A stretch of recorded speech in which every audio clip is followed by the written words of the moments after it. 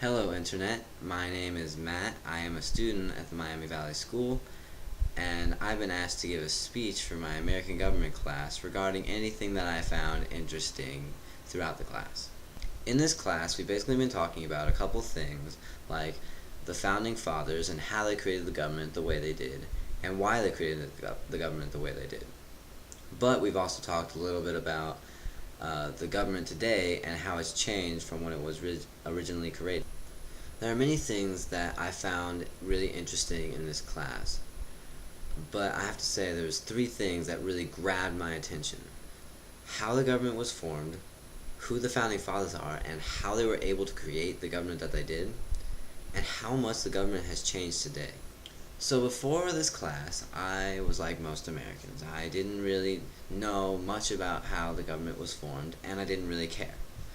I mean, I knew the basics, like Christopher Columbus accidentally discovering America, and a couple of rebellious Europeans deciding to come over to the Americas and starting their own government, and of course the Big War.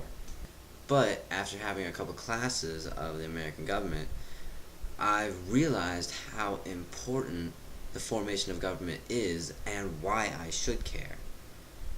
I mean, if you think about it, every little action that took place from the start, like the Boston Tea Party, for example, think about how much courage it would have taken for those people to stand up to the king, stand up for what they knew, and fight for what they believed in.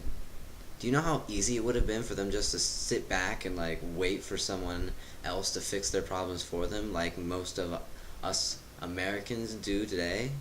It would have been pretty easy. But they didn't. They decided to go and reach for the goal and try to achieve it, and guess what? They did.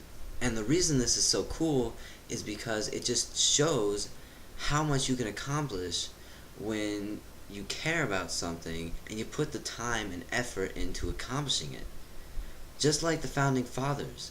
I mean, they didn't just wake up and snap their fingers and then a government was formed. No, they put in some serious time and some serious effort to make sure they got it perfect because they cared about their country and their fellow patrons. They wanted to make it just right. But before this class, I didn't really care about the Founding Fathers that much. I mean, I was like most Americans. I'd show some appreciation every Independence Day, but I mean, even then, it was more about having fun and shooting off fireworks than anything else.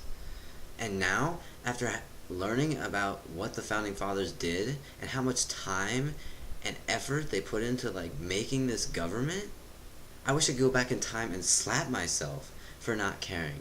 Because everything I have and everything I love only exists because they took a risk and made the government how they did. And that's something every American needs to know.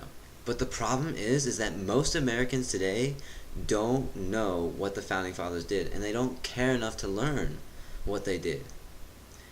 I feel that if they did know and they did care, the government and economy would be way different than it is today because everyone would respect and care and try to make sure the government stayed how the Founding Fathers wanted it to be. But instead, we're changing it and doing what we want with it. Okay, I may have over-exaggerated a little bit, but my point is that the government is changing and not for the better and not in the way the Founding Fathers wanted it to be. However, that being said, most Americans would immediately blame the people in the government for them changing it and not doing their job. But the reality is it's us, the people's fault for the reason the government is changing.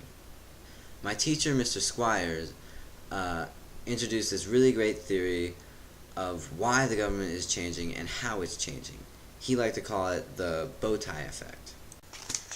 And this is how he showed it. He showed it to me like this. He was like, this is how our economy used to be. You know, it's like the upper class, middle class, lower class, they're all pretty equal. Financially, there wasn't much difference from like people that are making $20,000 a year to like 100,000. Like that's not insanely big of a difference, like considerably financially, compared to like people in the other countries.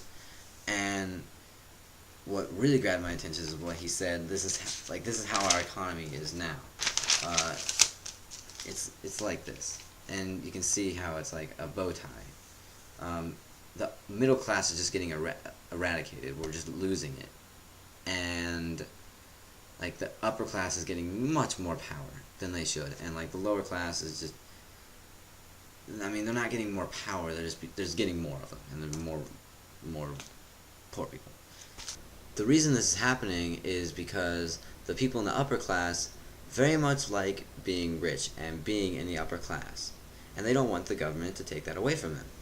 So they figured out a way to manipulate the lower class into doing what they want, but making it seem like it's what the lower class do want. For example, they did this with the tax problem that happened a couple years ago. They started advertising like how bad tax is, and oh, this is just terrible, we should all be paying the same amount of tax, don't let the government take your money. And the poor were like, yeah, this is a great idea, I don't want the government to take my hard-earned money because I don't have much of it. So they voted for it, and they got it so everyone pays the same amount of tax. So the really rich people that have like trillions of dollars are paying the same amount of tax as the people that are getting like $20,000 a year, maybe. That's ridiculous and really unfair. Now, it's not the lower class's fault. They're not as educated as the rich are. So I feel the only way to fix this problem and get the government back how the founding fathers wanted it to be is to educate everyone in what's going on and how the government should be, so that we can respect the founding fathers for what they did, because they knew what we were doing way more than we know what we're doing now. That's pretty much it. I hope you learned something, and thanks for watching.